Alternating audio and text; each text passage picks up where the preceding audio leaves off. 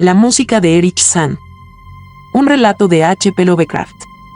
No olvides dar like y suscribirte a Página Oscura, es gratis. Si quieres aportar ayuda económica con un supers, tienes la pestaña Gracias. La música de Erich Sand.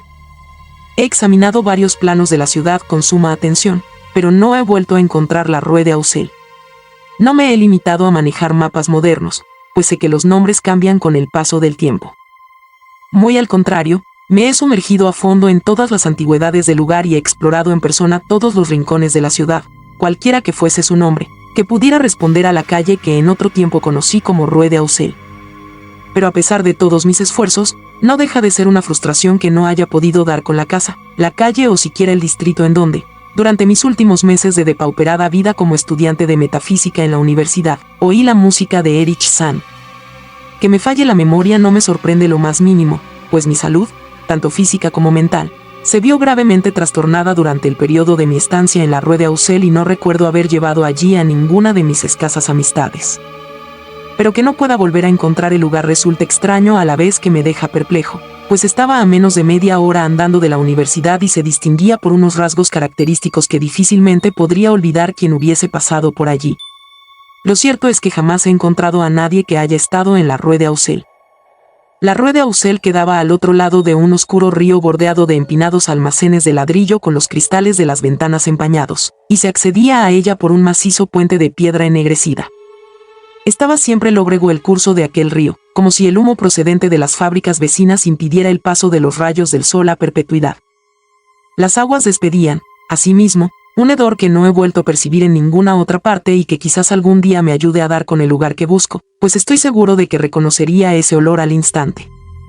Al otro lado del puente podían verse una serie de calles adoquinadas y con raíles, luego venía la subida, gradual al principio, pero de una pendiente increíble a la altura de la Rue d'Auxel. Jamás he visto una calle más angosta y empinada como la Rue d'Auxel. Cerrada a la circulación rodada, casi era un precipicio consistente en algunos lugares en tramos de escaleras que culminaban en la cresta en un impresionante muro cubierto de hiedra. El pavimento era irregular, unas veces losas de piedra, otras adoquines y a veces pura y simple tierra con incrustaciones de vegetación de un color verdoso y grisáceo. Las casas altas, con los tejados rematados en pico, increíblemente antiguas y estaban inclinadas a la buena de Dios hacia adelante o hacia un lado.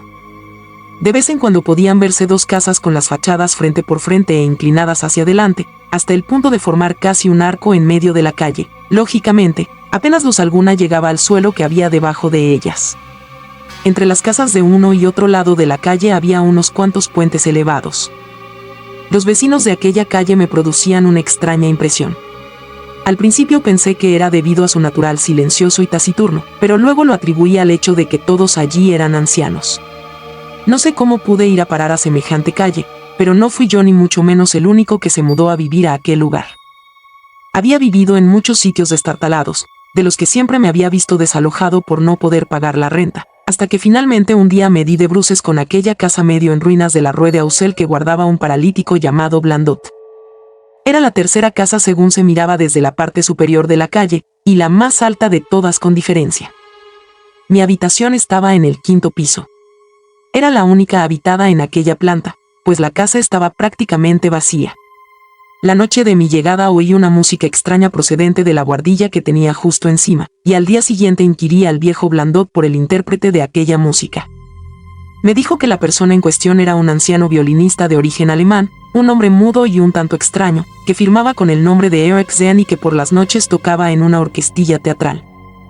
Y añadió que la afición de Sand a tocar por las noches a la vuelta del teatro era el motivo que le había llevado a instalarse en aquella alta y solitaria habitación abuhardillada, cuya ventana de gablete era el único punto de la calle desde el que podía divisarse el final del muro en declive y la panorámica que se ofrecía del otro lado del mismo. En adelante no hubo noche que no oyera a Sand, y, aunque su música me mantenía despierto, había algo extraño en ella que me turbaba. No obstante ser yo escasamente conocedor de aquel arte, estaba convencido de que ninguna de sus armonías tenía nada que ver con la música que había oído hasta entonces, de lo que deduje que tenía que tratarse de un compositor de singular talento. Cuanto más le escuchaba más me atraía aquella música, hasta que al cabo de una semana decidí darme a conocer a aquel anciano. Una noche, cuando San regresaba del trabajo, le salí al paso del rellano de la escalera y le dije que me gustaría conocerlo y acompañarlo mientras tocaba. Era pequeño de estatura, delgado y andaba algo encorvado, con la ropa desgastada, ojos azules, una expresión entre grotesca y satírica y prácticamente calvo. Su reacción ante mis primeras palabras fue violenta a la vez que temerosa.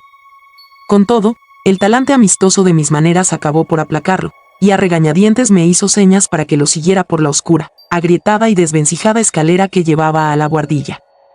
Su habitación, una de las dos que había en aquella buhardilla de techo inclinado, estaba orientada al oeste, hacia el muro que formaba el extremo superior de la calle.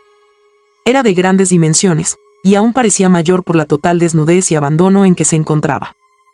Por todo mobiliario había una delgada armadura metálica de cama, un deslustrado lavamanos, una mesita, una gran estantería, un atril y 3 anticuadas sillas. Apiladas en desorden por el suelo se veían multitud de partituras. Las paredes eran de tableros desnudos, y lo más probable es que no hubieran sido revocadas en la vida. Por otro lado, la abundancia de polvo y telarañas por doquier hacían que el lugar pareciese más abandonado que habitado. En suma, el bello mundo de Erich Sand debía sin duda encontrarse en algún remoto cosmos de su imaginación. Indicándome por señas que me sentara, mi anciano y mudo vecino cerró la puerta, echó el gran cerrojo de madera y encendió una vela para aumentar la luz de la que ya portaba consigo.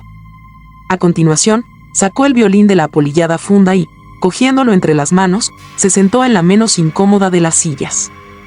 No utilizó para nada el atril, pero, sin darme opción y tocando de memoria, me deleitó por espacio de más de una hora con melodías que sin duda debían ser creación suya. Tratar de describir su exacta naturaleza es prácticamente imposible para alguien no versado en música. Era una especie de fuga, con pasajes reiterados verdaderamente embriagadores, pero en especial para mí por la ausencia de las extrañas notas que había oído en anteriores ocasiones desde mi habitación. No se me iban de la cabeza aquellas obsesivas notas, e incluso a menudo las tarareaba y silbaba para mis adentros aunque sin gran precisión, así que cuando el solista depuso finalmente el arco le rogué que me las interpretara. Nada más oír mis primeras palabras aquella arrugada y grotesca faz perdió la expresión benigna y ausente que había tenido durante toda la interpretación, y pareció mostrar la misma curiosa mezcolanza de ira y temor que cuando lo abordé por vez primera. Por un momento intenté recurrir a la persuasión, disculpando los caprichos propios de la senilidad, hasta traté de despertar los exaltados ánimos de mi anfitrión silbando unos acordes de la melodía escuchada la noche precedente. Pero al instante hube de interrumpir mis silbidos, pues cuando el músico mudo reconoció la tonada su rostro se contorsionó de repente adquiriendo una expresión imposible de describir, al tiempo que alzaba su larga, fría y huesuda mano instándome a callar y no seguir la burda imitación.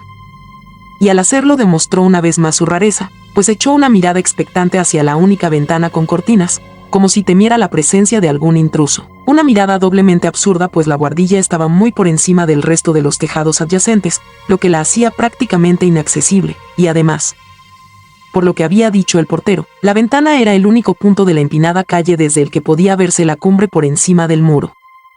La mirada del anciano me hizo recordar la observación de Blandot, y de repente se me antojó satisfacer mi deseo de contemplar la amplia y vertiginosa panorámica de los tejados a la luz de la luna y las luces de la ciudad que se extendían más allá de la cumbre.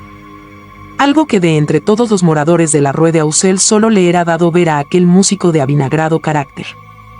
Me acerqué a la ventana y estaba ya a punto de correr las indescriptibles cortinas cuando, con una violencia y terror aún mayores que los de hasta entonces había hecho gala, mi mudo vecino se abalanzó de nuevo sobre mí. Esta vez indicándome con gestos de la cabeza la dirección de la puerta y esforzándose agitadamente por alejarme de allí con ambas manos. Ahora, decididamente enfadado con mi vecino, le ordené que me soltara, que no pensaba permanecer allí ni un momento más. Viendo lo agraviado y disgustado que estaba, me soltó a la vez que su ira remitía. Al momento, volvió a agarrarme con fuerza, pero esta vez en tono amistoso, y me hizo sentarme en una silla. Luego, con aire meditabundo, se acercó a la desordenada mesa, cogió un lápiz y se puso a escribir en un francés forzado, propio de un extranjero. La nota que finalmente me extendió era una súplica en la que reclamaba tolerancia y perdón.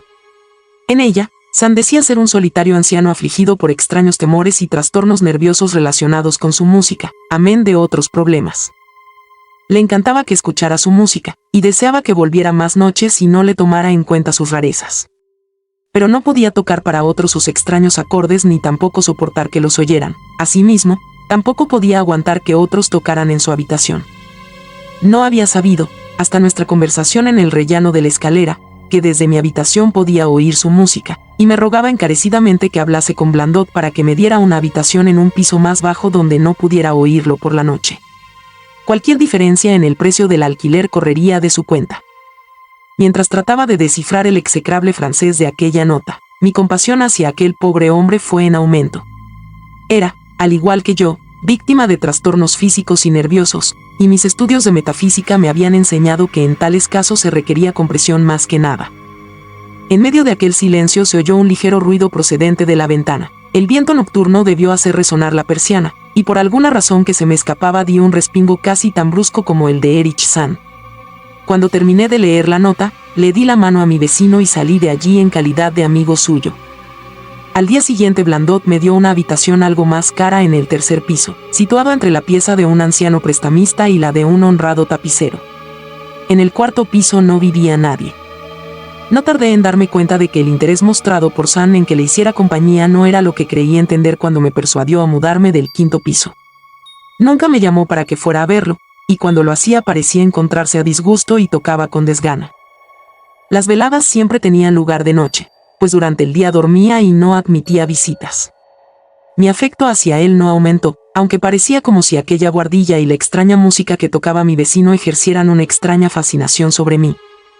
No se me había ido de la cabeza el indiscreto deseo de mirar por aquella ventana y ver qué había por encima del muro y abajo, en la invisible pendiente con los rutilantes tejados y chapiteles que debían divisarse desde allí. En cierta ocasión subí a la buhardilla en horas de teatro, mientras Sand estaba fuera, pero la puerta tenía echado el cerrojo. Para lo que sí me las arreglé, en cambio, fue para oír las interpretaciones nocturnas de aquel anciano mudo. Al principio, iba de puntillas hasta mi antiguo quinto piso, y con el tiempo me atreví incluso a subir el último y chirriante tramo de la escalera que llevaba hasta la buhardilla. Allí, en el angosto rellano, al otro lado de la atrancada puerta que tenía el agujero de la cerradura tapado, pude oír con relativa frecuencia sonidos que me embargaron con un indefinible temor. Ese temor a algo impreciso y misterioso que se cierne sobre uno. No es que los sonidos fuesen espantosos, pues ciertamente no lo eran, sino que sus vibraciones no guardaban parangón alguno con nada de este mundo, y a intervalos adquirían una calidad sinfónica que difícilmente podría imaginarme proviniese de un solo músico. No había duda, Erich Sand era un genio de irresistible talento. A medida que pasaban las semanas las interpretaciones fueron adquiriendo un ritmo más frenético, y el semblante del anciano músico fue tomando un aspecto cada vez más demacrado y huraño digno de la mayor compasión. Ya no me dejaba pasar a verlo, fuese cual fuese la hora a que llamara, y me rehuía siempre que nos encontrábamos en la escalera. Una noche, mientras escuchaba desde la puerta, oía el chirriante violín dilatarse hasta producir una caótica babel de sonidos, un pandemonio que me habría hecho dudar de mi propio juicio si desde el otro lado de la atrancada puerta no me hubiera llegado una lastimera prueba de que el horror era auténtico. El espantoso e inarticulado grito que solo la garganta de un mudo puede emitir, y que solo se alza en los momentos en que la angustia y el miedo son más irresistibles. Golpeé repetidas veces en la puerta, pero no percibí respuesta.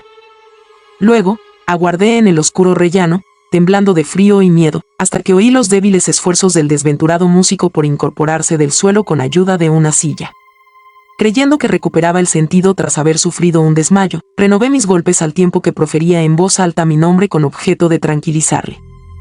Oí a Sand tambaleándose hasta llegar a la ventana y cerrar las cortinas y el bastidor, y luego dirigirse dando traspiés hacia la puerta, que abrió de forma vacilante para dejarme paso.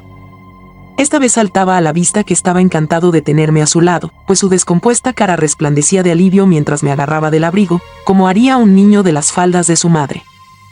Presa de patéticos temblores, el anciano me hizo sentarme en una silla mientras él se dejaba caer en otra, junto a la que se encontraban tirados por el suelo el violín y el arco. Durante algún tiempo permaneció inactivo, haciendo extrañas inclinaciones de cabeza, pero dando la paradójica impresión de escuchar intensa y temerosamente. A continuación, pareció recobrar el ánimo, y sentándose en una silla junto a la mesa escribió una breve nota, me la entregó y volvió a la mesa, poniéndose a escribir frenética e incesantemente. En la nota me imploraba que, por compasión hacia él y si quería satisfacer mi curiosidad, no me levantara de donde estaba hasta que él acabase de redactar un exhaustivo informe en alemán sobre los prodigios y temores que le asediaban. En vista de ello, permanecí allí sentado mientras el lápiz del anciano mudo corría sobre el papel. Habría transcurrido ya una hora, y yo seguía allí esperando mientras el anciano músico proseguía escribiendo febrilmente y las hojas se apilaban unas sobre otras, cuando, de repente, San dio un respingo como si hubiera recibido una fuerte sacudida. No cabía error. Sus ojos miraban a la ventana con la cortina echada y escuchaba en medio de grandes temblores. Luego, creí oír un sonido. Esta vez no era horrible sino que, muy al contrario, se asemejaba a una nota musical extraordinariamente baja e infinitamente lejana. Como si procediera de algún músico que habitase en alguna de las casas próximas o en una vivienda allende el imponente muro por encima del cual nunca conseguí mirar. El efecto que le produjo a San fue terrible, pues, soltando el lápiz, se levantó al instante, cogió el violín entre las manos y se puso a desgarrar la noche con la más frenética interpretación que había oído salir de su arco, a excepción de cuando lo escuchaba del otro lado de la atrancada puerta. Sería inútil intentar describir lo que tocó Erich San aquella espantosa noche. Era infinitamente más horrible que todo lo que había oído hasta entonces, pues ahora podía ver la expresión dibujada en su rostro y podía advertir que en esta ocasión el motivo era el temor llevado a su máxima expresión. Trataba de emitir un ruido con el fin de alejar, o acallar algo, que exactamente no sabría decir, pero en cualquier caso debía tratarse de algo pavoroso. La interpretación alcanzó caracteres fantásticos, histéricos, de auténtico delirio, pero sin perder ni una sola de aquellas cualidades de magistral genio de que estaba dotado aquel singular anciano. Reconocí la melodía, una frenética danza húngara que se había hecho popular en los medios teatrales, y durante unos segundos reflexioné que aquella era la primera vez que oía a San interpretar una composición de otro autor. Cada vez más alto, cada vez más frenéticamente, ascendía el chirriante y lastimero alarido de aquel desesperado violín. El solista emitía unos ruidos extraños al respirar y se contorsionaba cual si fuese un mono, sin dejar de mirar temerosamente a la ventana con la cortina echada. En aquellos frenéticos acordes creía ver sombríos faunos y bacantes que bailaban y giraban como posesos en abismos desbordantes de nubes, humo y relámpagos.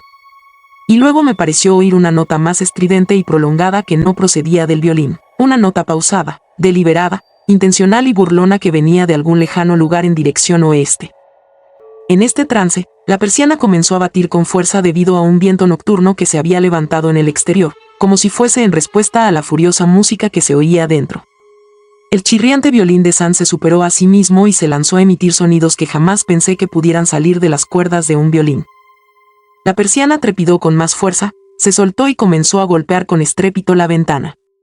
Como consecuencia de los persistentes impactos en su superficie, el cristal se hizo añicos, dejando entrar una bocanada de aire frío que hizo chisporrotear la llama de las velas y crujir las hojas de papel que había sobre la mesa en que San intentaba poner por escrito su abominable secreto. Eché una mirada a San y comprobé que estaba totalmente absorto en su tarea. Sus ojos estaban inflamados, vidriosos y ausentes, y la frenética música había acabado transformándose en una orgía desenfrenada e irreconociblemente automática que ninguna pluma podría siquiera intentar describir. Una repentina bocanada, más fuerte que las anteriores, arrebató el manuscrito y se lo llevó hacia la ventana. Preso de la desesperación, me lancé tras las cuartillas que volaban por la habitación, pero ya se las había llevado el viento antes de conseguir llegar yo a las abatidas hojas de la ventana. En aquel momento recordé mi deseo aún insatisfecho de mirar desde aquella ventana, la única de la Rue d'Auxerre desde la que podía verse la ladera que había al otro lado del muro y la urbe extendida a sus pies. La oscuridad era total, pero las luces de la ciudad estaban continuamente encendidas de noche, por lo que esperaba poder verlas por entre la cortina de lluvia y viento. Pero cuando miré desde la ventana más alta de la buhardilla, mientras las velas seguían chisporroteando y el enajenado violín competía con los aullidos del nocturnal viento, no vi ciudad alguna debajo de mí ni percibí el resplandor de ninguna luz cordial procedente de calles conocidas, sino únicamente la oscuridad del espacio sin límites. Un espacio lleno de música y movimiento, sin parecido alguno con ningún otro rincón de la tierra.